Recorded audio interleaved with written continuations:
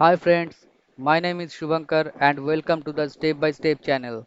If you think that you want to learn about the Linux operating system, then you are in the right place. In my video, I will try to learn you how you can operate a Linux server as a system administrator. Now comes to the Linux operating system. Linux is a open source operating system and it has many distributions like Ubuntu, CentOS, Red Hat, SUSE Linux, Fedora, etc. You can use any of them, but in my videos I'll use Ubuntu distribution of Linux. Some people say that the Linux server is very hard to administrate because you cannot see any graphical user interface within the Linux server. In the Linux server, you can only see a black and white terminal like Windows command prompt. So the first thing I want to tell you that the Linux operating system is very easy to operate. If you completely understand the basic fundamental of the Linux operating system, it will become very easy to you. Now comes to the second thing. Yes, if you are using a server variant of Linux operating system, then you will have only terminal. But if you want to use the graphical user interface, then you can use the desktop variant of the Linux operating system. The desktop variant and the server variant both are the same. The only difference is if you are using desktop variant, then you will have the graphical user interface. And if you use server variant, then you won't have the graphical user interface. And obviously, the desktop variant of Linux will consume more resource. When I say resource, I mean to say CPU and memory because it is having a graphical user interface in the desktop variant. Today I will show you how we can install Linux server operating system to the VirtualBox. If you are using a Windows operating system in your base machine, then you have to install any virtualization tool to your PC. Where I am using VirtualBox for this, and I will install the Ubuntu server in the VirtualBox. You can find the VirtualBox and the Ubuntu server 20.04 LTS version download link in the description. So now let's get start the video. I am opening the VirtualBox here. After opening the VirtualBox, you will get this type of graphical user interface. Now I click on the new button and here I am going to do some set of configuration for my virtual machine. You have to give a name for your virtual machine. I am putting Ubuntu 2.0 as a name here. And notice one thing, when I give Ubuntu as a name of virtual machine, it is choosing Linux as a server type and Ubuntu as a version automatically. If it is not happening for you, then you can select it from the drop down box manually. Then I will go to the next. You can see here you can define the maximum amount of memory for your virtual machine. Here I will go to the next with the default value, that is 1 GB. Here you can see if you have any existing virtual disks, you can choose here. But in my case, I don't have any existing virtual disks. So I'll click on the create button by choosing create a new disk now. Here you can define what is your virtual disk type. I'll choose VDI here and move to the next.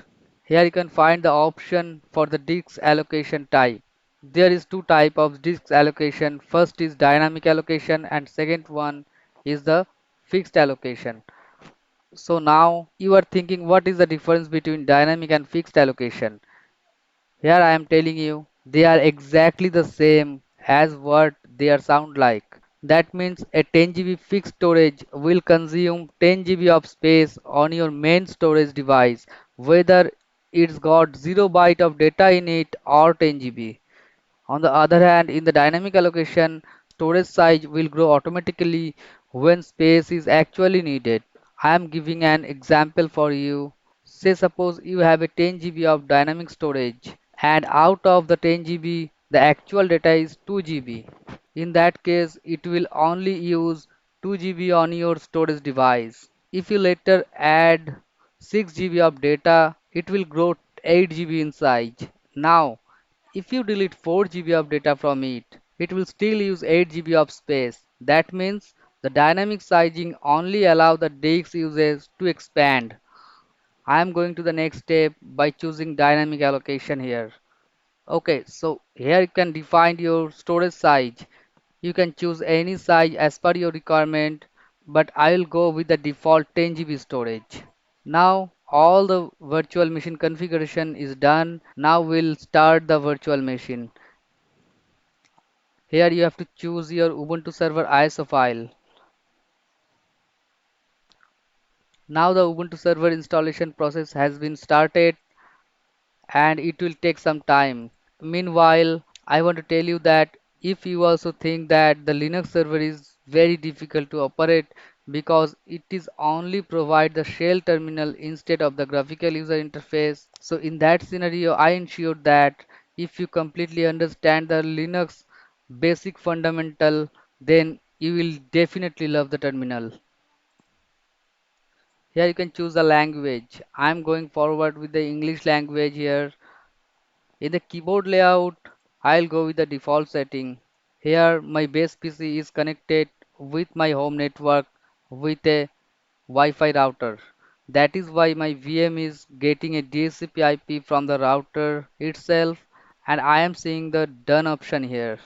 But if you don't have any router, then you will see one option called continue without network and choose that one. I am choosing the default URL in the mirror address and going to the next step. Here I can get the option to create the manual partition, but as of now I will not create any manual partition here. I am moving forward with the use entire disk option. Here you have to put some information like what would be your server name, what would be your username and the respective password, etc. I am putting my information here. Now you can see you can choose to install the OpenSSH server package to enable secure remote access to your server. I will install the OpenSSH server here because without the OpenSSH install, I cannot connect to the Linux server via SSH protocol. Now you are thinking that what is the SSH login and what is the SSH identity. So don't worry about this. I'll cover this in the next video that how you can connect to the Linux server via SSH protocol. So as of now, I am moving forward by selecting install OpenSSH server. Now you can see Ubuntu server installation is started and it will take 15 to 20 minutes approximately. So here I pause the video. I will be back when it is done. So my Ubuntu server installation has been successfully done and there is a reboot option available now.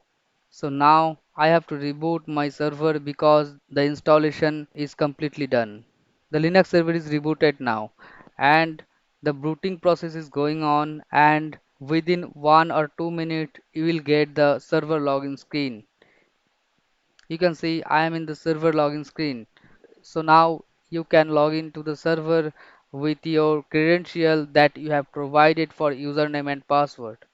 If this video is helpful for you, then please like and share this video and subscribe to my channel and click on the bell icon to get the new video notification.